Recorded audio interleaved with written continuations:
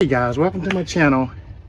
Here I go again. It's been a while since I've done one, but I gotta show you this. First, I'd like to thank you guys for following me and watching my channels. Recently, I went out on a camping trip, and to my surprise, this thing sprung a leak. Now, it's a shame the way they build these small campers these days. They just throw them together in the assembly line, no wiring diagrams. They just get them put together, throw the pipe out, the plumbing, the wiring in, and just out the door. And when you have to service these things, you can take it to the dealer and they're going to charge you arm and leg, or you try to figure it out yourself, but they won't give you the wiring diagrams to it, so you got to figure it out for yourself. That's what I had to do. So let's get started. I'll show you what the problem was and what I did to solve it. Let's do it. Now, this is just a little Coleman 1200 RK with the rear kitchen, sleeps 2 people.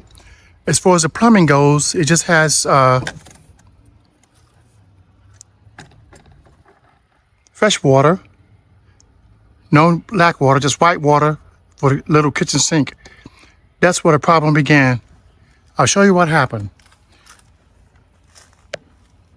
So basically what happened was we went ahead and we hooked up a city water connection to the side of the trailer, and we did use a water pressure regulator.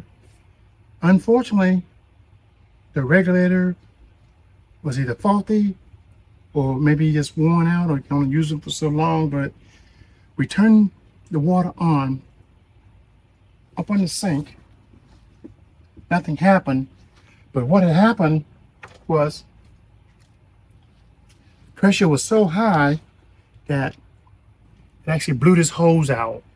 And this hose was from the input connection to the actual pump. There was water everywhere. Man, we were pissed. So all I could do was just cut it off and see what was going on. Everything's behind this panel. I won't disconnect it now, but I'll show you what everything is like up here. But when we pulled this panel off, there was nothing but just wires everywhere. When I say everywhere, I mean just a rat's nest. And the actual plumbing for the water and electrical, it's just all bound up in there. It's like a rat's nest. So when I took the door off, unfortunately, the hot wire that goes to the pump switch and the panel here, the monitor panel, came off.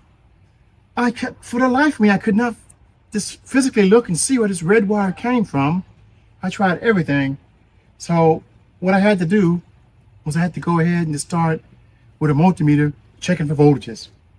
So what I finally found was that the red wire was actually tied in with a blue and white wire. Go figure that. So when I finally figured that out, it was okay. I got the pump and everything to work, and everything was good to go. So this particular hose, they're hard to find. And I wasn't going to go to an RV dealer because they would have ripped me off. But what I had to do is go to eBay and I ordered this hose, and I wait for it to all come from California. Hose came in, put it on, I fixed the wire. Everything's just like new now. But the moral to the story is, all these trailers are built like crap. I don't care how much you pay for them. It's throw them together, get them out, and make that sale. Wiring everywhere, openings everywhere for rotors to get in. So I'm pretty sure I probably saved a couple $100 by fixing this myself. And this hose was actually $10.99. I had to wait for it to come, but everything's good to go now. I just want to share that with you guys and let you know how it really can be with these campers.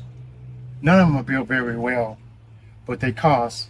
And not only that, the value, it depreciates so fast, so you're almost compelled to go ahead and fix them and get them right. So hopefully this video will help you guys out. And in the meantime, you know, go ahead, like, follow, and subscribe, and we'll see you on the next one. Out of here.